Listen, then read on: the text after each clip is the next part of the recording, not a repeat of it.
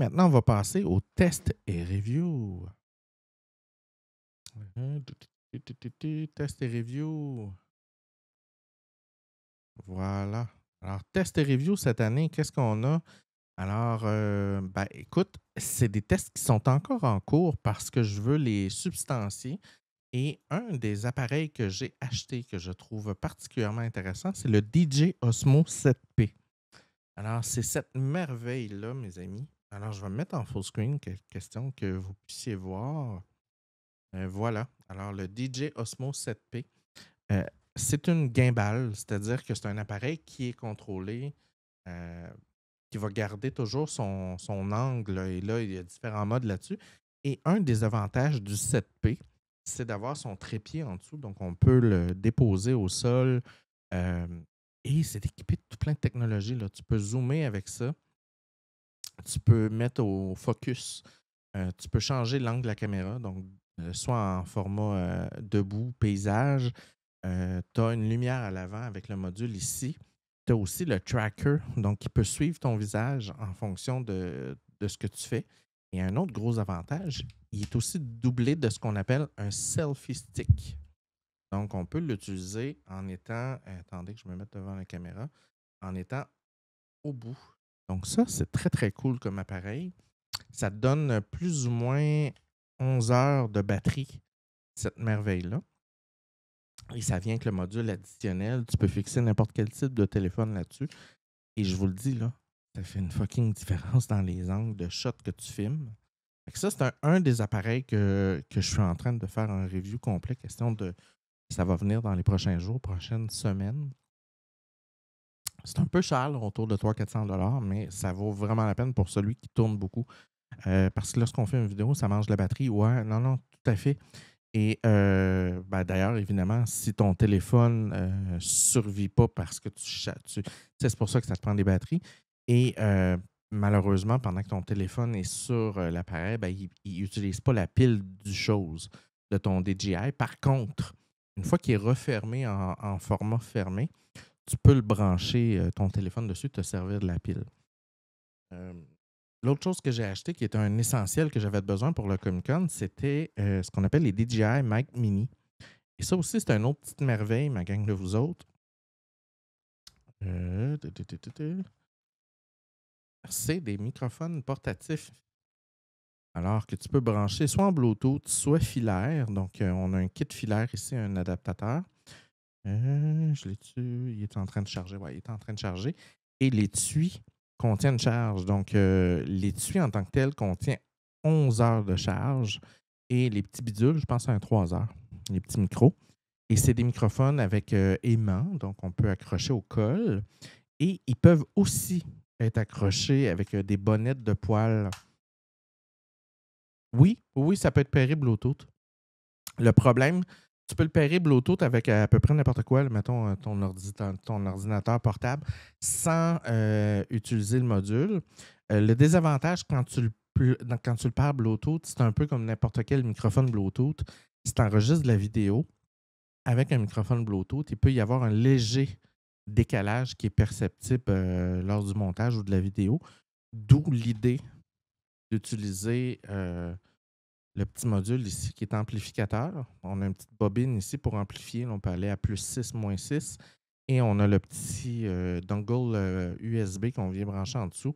Et on branche ce module-là après le téléphone. Donc, on est en branchement direct si jamais on veut l'utiliser. Puis on peut brancher ça sur à peu près n'importe quoi, même une caméra Sony A6 ou un Canon, whatever la marque. Vous pouvez, si vous avez une prise microphone USB-C, vous pouvez brancher votre appareil dessus. Donc, c'est hyper versatile. Ça donne un son de meilleure qualité. Là, on s'entend que le microphone de votre téléphone. Et c'est hyper transportable. Fait que ça, c'est une autre affaire que je suis en train de tester que dans les prochains jours, semaines, je vais devoir arriver avec plus de résultats. Fait que là, on voit ici le DJI quand tu l'achètes, le Osmo 7P. Il vient évidemment avec la pochette, le câble de recharge, la gimbal, le module multiservice qui est doublé d'une lumière. Donc, on peut s'éclairer avec en couleur chaude orangée ou bleue couleur plus froide. Là, on peut s'ajuster. Et c'est fonctionnel sur à peu près tous les modèles de téléphone, donc c'est super cool. Le DJI Mic Mini. Ils ont sorti un Mic Mini 2 qui est pas énormément meilleur en termes de qualité, là, cancellation de bruit, ambiance, ces choses-là. Pas mal la même chose. Je vous dirais que pour ce que vous faites, pour la plupart des gens, le DJI Mic Mini 1 de base là, fait très, très, très bien le travail. Je pense que ça coûte 100, quelques de 150 dans ce coin-là. C'est pas donné, mais pour ceux qui font de la prise de son, c'est pas ce qu'il y a de plus professionnel. Il y a des gens qui vont dire moi, j'aime mieux les rods, j'aime mieux tel autre modèle, telle autre sorte. Ça fait très bien le travail. L'autre chose, évidemment, le Pixel 10 Pro. Alors, le Pixel sortait la semaine passée, je l'ai reçu.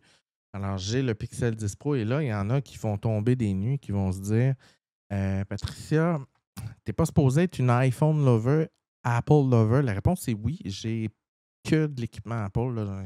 J'ai un MacBook Pro M2, j'ai un iPad Pro M1, j'ai Apple TV, j'ai Apple Watch. Je suis équipé à côté Apple. Mais comme vous le savez sans doute, je suis une personne qui travaille dans un département de soutien technique. Et un des problèmes que j'avais à l'époque, avant de tomber sur iPhone, il y a 4 ans, c'est que j'avais été toute ma vie sous Android et je perdais la main de tout l'univers iOS, Mac, ces choses-là. Donc, j'ai décidé à l'époque de m'équiper d'un iPhone. Et un des problèmes que j'ai fini par vivre dans l'autre sens, c'est que j'ai fini par perdre la main avec Android. Alors, j'ai décidé d'avoir une attitude équilibrée et de m'équiper de c'est vrai, la caméra est là. D'un fameux Pixel, ben, j'en avais un, j'avais un 8 Pro, là j'ai le 10 Pro. Alors, si vous voulez voir à quoi il ressemble, il est très, très joli physiquement. Donc, on a le 10 Pro, il y a le derrière-mât, évidemment le Island pour la caméra. Et les côtés sont brillants pour la version Pro. Donc, ça vous donne une idée. Évidemment, les mêmes boutons qu'à l'habitude. Et là, j'entends des gens qui vont dire oui, mais le modèle n'a pas tant changé. Ben, c'est vrai. Entre le modèle 9 et 9 Pro, 10 Pro, la caméra a l'air de la même grandeur. Les dimensions sont à peu près pareilles. Donc, il n'y a pas une énorme évolution au niveau du design. Un peu plus touché, un peu plus looké en termes de téléphone, mais c'est essentiellement le même appareil. Même les caméras sont assez semblables, mais ça en fait quand même un beau téléphone. Et là, il y a plein de gens qui sont arrivés cette année en disant c'est le iPhone killer. Et je dois dire que je suis assez d'accord pour ça, dans le sens que euh, si vous voulez donner un téléphone à quelqu'un dans votre famille puis qu'il part de l'univers Apple, c'est une belle façon de partir d'Apple vers un Android sans être trop déstabilisé. Parce que quand vous tombez dans la gamme Samsung, on a le One UI qui est une façon de présenter Android qui est complètement différente. Et euh, Google utilise la version vanille, c'est-à-dire la version que lui a désignée, Android 16, qui est très épurée. Et vous allez en convenir, je vais vous montrer le menu réglage. Un petit instant. Ça se met à ressembler de plus en plus à, euh, à Apple. Regardez. Donc, même la présentation des paramètres ressemble de plus en plus à Apple. Donc, on ne se perd pas ni dans les gestes, ni dans la façon de naviguer. On a évidemment le souci, on est rendu avec un Android 16 dans lequel on a des thèmes pour les icônes. On peut beaucoup plus personnaliser. Et là, tu sais, souvent, j'ai des gens qui entendent Apple qui copie Android. Et là, je vous dis, là, c'est le contraire. C'est littéralement Apple, dans ce cas-ci, qui essaie d'aller chercher le côté esthétique qu'Apple a sorti depuis quelque temps avec une interface un peu plus lichée. Et là, vous allez voir, même les toggles sont rendus complètement différents. Ils ne sont pas tous la même grandeur. Et évidemment, ils vont prendre la couleur du thème que vous allez installer dessus. Donc, vraiment très, très cool. Le téléphone se présente bien, belle prise en main. J'aime son poids, il n'est pas trop lourd. Euh, Très joli. Vous allez voir, je pense que c'est le 10 Pro XL que le fini extérieur est mat comparativement à celui-là là, qui est brillant. Donc, l'espèce de contour est mat. Donc, en fonction du modèle que vous avez pris, il sera pas pareil. Puis, tu as évidemment le fold qui est aussi possible là, que vous pouvez aller vous chercher. La grosse nouveauté cette année, c'est le Pixel Snap. Donc, compatible avec Qi 2, qui permet d'aller fixer MagSafe. Donc, si vous avez des chargeurs MagSafe ou des accessoires MagSafe, c'est-à-dire un portefeuille MagSafe, un bidule pour tenir le téléphone à une main, ils sont tous compatibles d'un à l'autre. Et ça, c'est très cool parce que vous pouvez autant charger votre Pixel sur un équipement MagSafe déjà en partant. Et pour ceux qui ne savent pas, derrière derrière l'écran, le fond du téléphone, pour qu'un appareil MagSafe fonctionne, c'est qu'on a une rangée d'aimants qui permettent l'alignement du téléphone correctement sur le chargeur pour assurer évidemment qu'il ne chauffe pas, que la recharge soit efficace. Donc, en utilisant le Pixel Snap et MagSafe, ben, ça permet d'utiliser un panoplie d'équipements. Et ça, c'est cool. Je l'ai testé avec mon MagSafe Apple. Ça fonctionne flawlessly. Évidemment que le maximum de charge, je pense que c'est 15 watts pour le moment. C'est pas ce qui se fait de meilleur, mais c'est quand même suffisant, là. Vous avez une recharge qui se fait quand même assez rapidement, dans quelques heures. Vous allez vous retrouver avec une recharge qui est complète et qui fait l'affaire, là. Euh, L'autre chose aussi, on a la fiche. On va aller voir la fiche. La fiche des specs. Alors, qu'est-ce qu'on a d'important? Évidemment, moi, je vais me concentrer sur le 10 Pro qui est dans le milieu. Donc, on a le Android 16. Évidemment, on a la puce Tensor 5, la deuxième génération, cinquième génération de puce avec une partie de la puce qui est dédiée à l'IA. On a 16 GB de RAM, ce qui est absolument super intéressant. 120 Hz de rafraîchissement, écran OLED, donc un écran qui est vraiment super sa coche.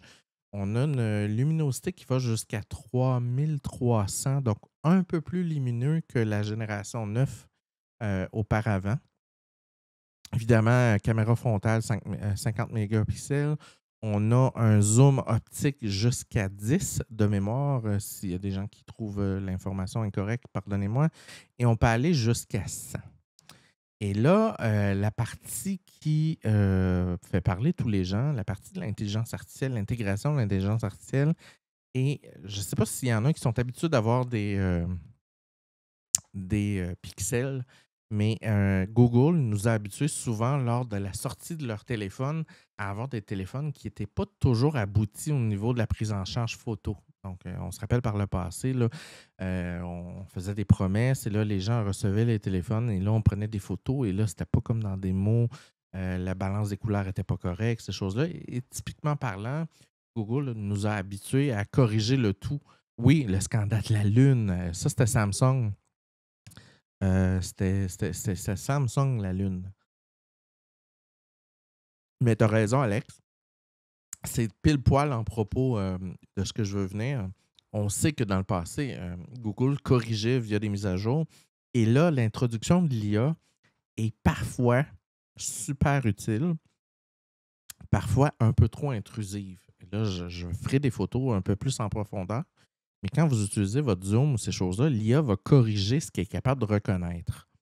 Donc, je donne un exemple. Si vous prenez un bâtiment qui est très, très loin, ben, elle est capable de reconnaître les carrés dans la façade comme étant des fenêtres. Donc, elle va améliorer artificiellement l'image des fenêtres. Si elle reconnaît que c'est des briques, ben, les briques vont devenir soudainement très, très belles. Donc, si vous zoomez très loin, ben, il est possible que dans une même partie de l'image, vous avez des éléments qui sont un peu délavés ou flous et d'autres éléments qui sont ultra clairs. Et là, on voit des fois des incohérences et parfois, il va remplacer carrément des éléments du background pour des choses que malheureusement, il a mal reconnues. Et ça va se produire aussi, évidemment, vous le savez, avec ceux qui cherchent, qui suivent le développement de l'IA, des panneaux avec de l'écriture. Donc, si vous zoomez très loin avec un panneau, il y a de l'écriture dessus et que vous essayez de comprendre ce qui est écrit, vous prenez votre photo et là, l'IA va vous remplacer ça par un texte d'IA. Et souvent, ça va être de l'écriture qui n'existe pas. C'est pas des hiéroglyphes, c'est rien de connu. Donc, évidemment, ça fait un peu scandale. Les gens sont un peu fâchés dans certains cas. Mais outre ça, si vous prenez une photo de votre parterre dans la cour, ces choses-là, et qu'il y a du feuillage, l'IA fait généralement un beau travail. Donc, elle va améliorer, si vous prenez exemple votre chat, ben, l'IA va retravailler le poil et les détails du poil vont sortir et ça va avoir l'air très naturel. Donc, des fois, ça marche très bien, des fois, ça marche moins bien. Ça dépend de l'image, ça dépend de la clarté. Évidemment, Pixel sont reconnus comme étant des téléphones ayant une super belle capacité du côté HDR. Donc, il va y avoir une super belle balance des couleurs. La différence entre les contrastes plus foncés, plus sombres, les ombres et la luminosité est super bien balancée. Évidemment, je n'ai pas amené aujourd'hui des photos parce que je veux faire un review complet de ça. L'autre chose que je tiens à mentionner concernant les pixels, et je trouve ça super important. Les gens parlent de l'intelligence artificielle au niveau des IA. Attendez que je l'ai. Qu'est-ce que tu dis? Si tu filmes la Lune, est-ce que ça montre aussi la vision nocturne lorsque tu le pourras? Oui, effectivement, encore là, c'est super, super, vraiment très beau. J'attends d'avoir un ciel super dégagé pour prendre des photos du ciel, voir les étoiles, parce que moi, c'est souvent mon base que je suis capable de prendre des photos d'étoiles ou de la Lune qui sont importantes. Euh, L'autre chose que j'entends beaucoup cette année, et là, c'est dans le monde de l'IA. OK? Les gens disent ah, iPhone est en retard, ils n'ont pas d'IA, blablabla. Et là, ma gang de vous autres, là, on va se calmer. Là. Samsung, Google ont l'IA. Mais ce n'est que des surcouches installées. C'est encore rien de vraiment intéressant. Je vous le dis, là, c'est pas parce que tu rajoutes 2, 3 applications qui sont capables de générer des icônes ou de retoucher tes photos.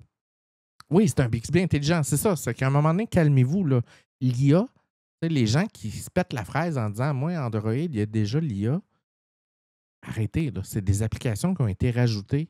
Il n'y a pas de téléphone actuellement que tu lui dis hey, ouvre-moi mon courriel, écris-moi telle affaire, envoie ça à telle adresse et après ça, ouvre-moi Google Maps, puis trouve-moi le chemin pour le restaurant et achète-moi des billets d'avion.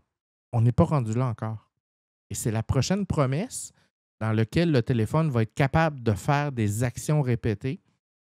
Il faut que ça passe par une routine exacte. On n'est pas rendu là. Fait actuellement, là, les gens qui se pètent les bretelles en disant que l'IA n'est pas rendu à la hauteur chez Apple, je comprends que Siri, en termes de compréhension de langage, n'est pas là, là. On s'entend. Mais sur un téléphone à Apple, là, tu peux télécharger GPT, Gemini, et tu peux traiter tes images, tu peux faire de la recherche dans ton téléphone, tu peux encercler pour trouver des choses dans des objets, tu peux faire une vidéo live et demander à l'IA qu'est-ce que tu vois devant. Fait que quand les gens capotent avec le fait que Apple ne soit pas rendu puis que Android, Samsung sont déjà rendus,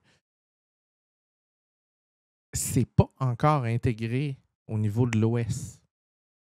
Donc, dans la proposition de tes prochaines notifications, dans le fait que ton téléphone, il sait qu'il est rendu à 2 heures de l'après-midi, tu fais une sieste et donc il va te mettre en ne pas déranger de manière automatique. On n'est pas là encore pour personne. Est-ce que tu fais remplacer... est-ce que ça se fait remplacer le stand? Non, tu peux pas. Tu peux, par contre, Alexandre, tu peux créer ce qu'on appelle une routine, un raccourci Apple. Et les raccourcis Apple, c'est des mini-programmes dans lesquels tu peux les programmer. C'est complètement débile. Là. Tu peux, dans le shortcut d'Apple, créer, dire bon, mais tu vas aller me chercher l'API de GPT. Et quand je vais te déclencher, tu vas écouter la requête, tu vas la transformer en texte. Tu vas ouvrir ma note. Tu vas prendre le texte, tu vas la copier dans la note et ensuite, tu vas déclencher un message texte à telle personne que tu vas prendre le texte que j'ai mis dans la note puis tu vas y envoyer. Et là, tu peux te faire un raccourci sur ton bureau de ton téléphone. Puis à chaque fois que tu cliques dessus, ça déclenche cette routine-là où tu peux y raccrocher un raccourci vocal. Exemple, Siri, fais telle chose et là, le raccourci va se déclencher. Tu peux y ajouter tout plein d'autres merveilles du genre quand j'ouvre la lumière de la salle de bain, le shortcut est déclenché et il se produit telle action. Donc, c'est presque limitless. Google a aussi cette notion-là. Je pense que c'est Google Block. Attendez que je recherche dans la Play Store. Je pense que c'est Google Block. Il n'est pas aussi poussé que Shortcut. C'est-tu Block?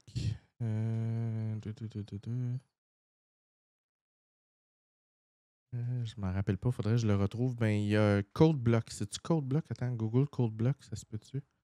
Ouais, c'est Bloc d'action. Google Block d'action. Qui est la version Android un peu dans le même genre que Shortcut que vous pouvez utiliser pour faire des routines d'un paquet de choses. Là. Vous pouvez fabriquer. C'est pas aussi poussé qu'Apple, mais c'est quand même très, très hot. Donc, à qui je recommande ce téléphone-là? Il coûte autour de 1000 là, 1100, 1200, tout dépendant le modèle. Je n'ai pas le prix exact. Attendez, je vais aller chercher ça. Live. Prix du Pixel 10 Pro. Qu'est-ce que je dis? Moi, j'ai pris la version 256 Go. Et qu'est-ce qu'on a? Ah, c'est plus cher que je disais. 1479 environ. Donc, tout dépendant. Non, 1600. Bon, ça dépend où tu le prends. 1500, 1600, ça dépend des endroits. Donc, magasinez-le. Donc, ce que je le conseille, effectivement, c'est un très beau téléphone. Belle durée de vie, 7 ans de mise à jour possible sur le téléphone. Donc, ça rend cet achat-là super intéressant. Puis l'autre affaire cool, là, pour ceux qui viennent d'Apple, là, c'est que les téléphones de Google ont des mises à jour fréquentes. OK, presque une fois par mois. Pas autant souvent qu'Apple, là, mais presque une fois par mois. Donc, les mises à jour de sécurité, mises à jour de correction. Vous pouvez aussi être dans les premiers à bêta-tester les nouvelles versions d'Android. Donc, quand Android 17 va être en test, vous allez pouvoir le télécharger. Et c'est souvent quelque chose qui, moi, me faisait chier à l'époque que j'étais sous Android. Parce que, vous vous rappelez, Samsung, Android 16 sort en octobre. Il n'est pas encore officiellement sorti. Là. Et Samsung ont l'habitude de ne pas le rendre disponible avant février-ish, mars, des fois avril, tout dépendant comment ils sont prêts. Et ça, c'est dans les versions les plus récentes de leur téléphone. Donc, dans le cas de cette année, ça va être le S26 qui va rendre disponible en Android 16. Donc, il est toujours en retard par rapport à les autres. Donc, toi, quand tu es un peu tripeux de techno, tu vas suivre la nouveauté. Fait que là, tu as hâte de découvrir le nouveau Android et tu peux pas. Il est disponible depuis octobre. Et toi, parce que tu as Samsung, tu es pris pour attendre janvier, février. Et là, c'est reporté mars. Tu sais pas trop. Alors que les téléphones Google Pixel sont dans les premiers. C'est eux autres qui développent. Donc, ça aussi, c'est un super avantage pour quelqu'un qui veut passer au téléphone dit Android de Google. Donc, moi, je le conseille fortement. Donc, ne laissez pas ça passer.